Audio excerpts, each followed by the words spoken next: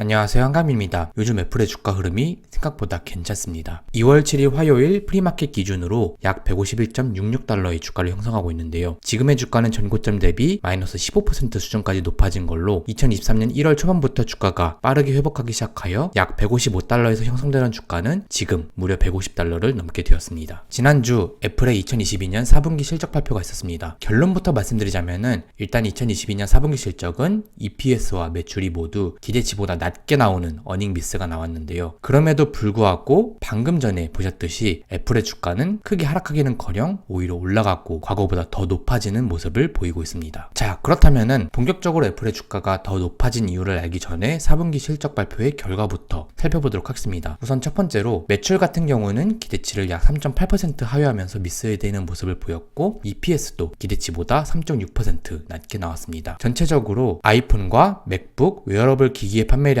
기대치보다 더 낮게 나오면서 실적 미스의 원인이 되었죠. 아이폰 같은 경우는 예상한 것보다 약 4.9% 매출이 더 적게 나왔고 맥북은 무려 17.7% 그리고 각종 웨어러블 기기와 기타 제품들은 11.9% 미스가 나는 모습을 보이면서 애플의 실적이 악화된 것에 대해 가장 큰 원인이 되었습니다. 다만 아이패드는 이번 분기에 무려 21.5%나 기대치를 상회하면서 그나마 다행인 모습을 보여주었죠. 정말 다행스럽게도 이번 4분기에 애플의 중국 매출은 예상보다 훨씬 더 좋게 나왔습니다. 무려 8.9%나 비트한 건데요. 중국에서의 생산량 감소가 크게 문제가 되었음에도 불구하고 중국의 매출이 생각보다 잘 나왔다는 것은 여전히 중국 사람들의 애플 제품에 대한 소비가 크다는 것을 알 수가 있죠. 하지만 그럼에도 불구하고 영업이익률과 현금 흐름이 기대치보다 낮게 나오고 악화되는 모습을 보이면서 애플의 실적이 그렇게 좋지만은 못한 상태라는 것을 우리가 다시 한 번 더 확인할 수가 있었습니다. 자, 이렇게 애플의 4분기 실적이 생각보다 나빠진 데에는 크게 두 가지의 영향이 있습니다. 우선 첫 번째로는 바로 환율의 영향입니다. 작년부터 지속되어 온 미국의 강달러 현상이 2022년 4분기에도 여전히 지속이 되었습니다. 10월부터 12월까지의 기록을 볼 때 2022년 10월과 11월 달에 특히나 환율의 영향이 컸는데요. 이처럼 4분기에도 지속된 강달러로 인해서 애플 같은 경우는 매출이 8%나 추가로 감소하는 효과가 발생했다고 합니다. 애플의 해외 매출 비중이 54.8%나 되니 이러한 매출 감소가 어떻게 보면 어쩔 수 없는 부분이었다고 할 수가 있겠습니다. 거기에 더해 작년 4분기 때 중국에서의 코로나 대봉쇄로 인해서 애플의 아이폰 생산량이 크게 줄었었죠. 이러한 것이 공급량 축소로 이어지게 되면서 아이폰 판매량이 크게 줄어들었고 애플의 실적이 더 악화된 것으로도 이어지고 있습니다. 마지막으로는 스마트폰 시장 자체가 부진해지고 있다는 것도 하나가 큰 원인인데요. 경기 침체가 심해지면서 전 세계적인 스마트폰 수요가 과거보다는 줄어들고 있다는 점이 애플의 실적 그리고 미래 실적에도 큰 영향을 끼치고 있다고 할 수 있겠습니다. 자, 이번 실적 발표에서 우리가 크게 주목할 만한 부분이 바로 애플의 낮아지는 성장률이었습니다. 우선 첫 번째로 매출 성장률은 2016년 이후 최대의 하락폭을 기록하면서 애플의 성장세가 점점 더 둔화되고 있다는 모습이 나왔고요. 거기에 더해서 아이패드를 제외한 모든 제품의 성장률 자체가 크게 하락하고 있다는 것을 우리가 방금 전에 실적 자료를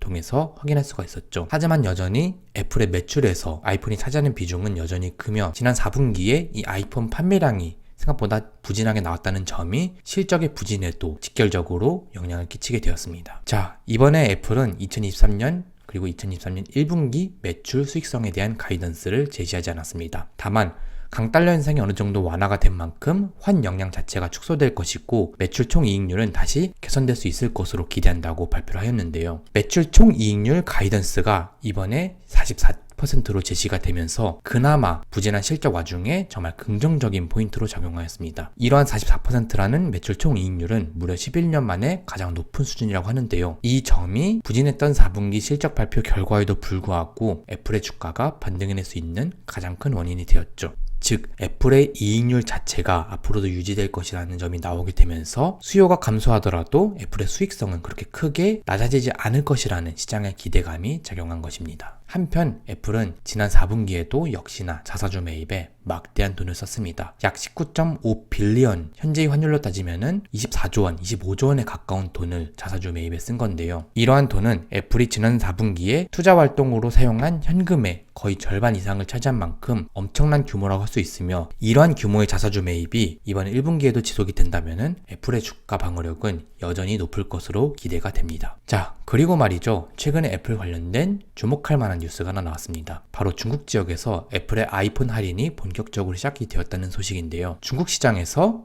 애플이 아이폰 14 프로를 거의 $100 이상 할인을 받고 판매를 하고 있다는 소식이 떴습니다. 그와 함께 2023년에 지속적으로 나오고 있는 소식 중 하나가 바로 애플의 가격 인하 루머인데요. 이러한 소식을 종합해 볼 때 애플도 가격 인하로 수요를 다시 엄청나게 펌핑시킨 테슬라의 노선을 받는 것은 아닌가 생각을 해볼 수가 있을 것 같습니다. 점점 더 부진해지는 스마트폰 시장의 수요에 맞춰서 가격을 내리고 그 이를 통해서 부족해지는 수요를 다시 복구하겠다는 전략을 보일 수도 있다는 것이죠. 그 다음으로는 애플의 밸류에이션 현황도 살펴보도록 하겠습니다. 애플의 PE는 현재 25.8, 그리고 앞으로 1년 미래 예상 실적을 가지고 계산한 포워드 PE는 23 수준입니다. 현재의 밸류에이션 자체는 코로나가 터지기 직전 19년도 말과 거의 유사한 수준인데요. 과거에 비해서는 분명 높은 밸류에이션을 형성하고 있으나 애플의 세계 시장에서 차지하는 역할을 생각해 본다면은 지금의 밸류에이션은 충분히 어느 정도는 감당할 수 있는 수준이 아닌가 라는 생각이 듭니다. 한편 애플의 주가는 일봉 그리고 주봉 기준으로 모든 이동평균선을 뚫고 올라간 상태입니다. 그런 만큼 기술적 지표는 점점 더 좋아진다고 할 수가 있으며 이러한 기술적 지표의 개선세는 올해 1월에 애플의 주가가 크게 반등함과 함께 이뤄지게 되었습니다. 만약에 매크로 환경과 시장의 상황이 계속해서 좋게 유지가 된다면 지금보다도 더 높은 주가까지 올라갈 수 있다고 또 충분히 기대해 볼 수 있을 만한 상황이라고 생각됩니다. 애플의 시가총액은 2월 7일 기준으로 2.4 트릴리언, 현재 환율 기준으로 약 3,020조입니다. 이를 통해서 여전히 세계 시가총액 순위 1등을 굳건하게 유지하고 있습니다. 지금의 시가총액은 2등의 마이크로소프트와 무려 20% 이상의 차이를 보이고 있는데요. 그런 만큼 애플이 얼마나 세계 시장에서 강력한 지위를 가지고 있는지를 이를 통해서 우리가 다시 한 번 더 확인을 해볼 수 있습니다. 그렇다면 과연 한국 사람들은 현재 애플을 얼마나 많이 보유하고 있을까요? 2월 3일 기준으로 한국인들의 애플 보관 규모는 약 49억 7천만 달러, 현재의 환율 기준으로 6조 2,500억 원에 달합니다. 여전히 테슬라 다음으로 한국인들의 가장 사랑하는 주식이라고 할 수 있으며 최근 주가가 크게 반등하면서 보관금의 규모 자체도 한 달 전에 비해서 크게 늘어난 것을 확인할 수가 있습니다. 특히나 지난 한 달 동안 한국 사람들이 애플을 상당히 많이 사들였습니다. 미국 주식 순매수 1개월 동안의 기록을 통해서 볼 때 그 순위에 무려 6위에 있는 것을 살펴볼 수가 있는데요. 순매수 결제 금액 자체가 5,600, 거의 5,700만 달러에 가까운 만큼 한 달 동안 있었던 주가 반등기에 사람들이 애플도 많이 추격 매수를 했다는 사실을 확인할 수가 있죠. 자, 4분기 실적 발표가 있는 직후 많은 월가의 애널리스트들이 애플에 대한 목표 주가를 올렸습니다. 그러면서 현재 기준으로 기관들의 평균 목표 주가는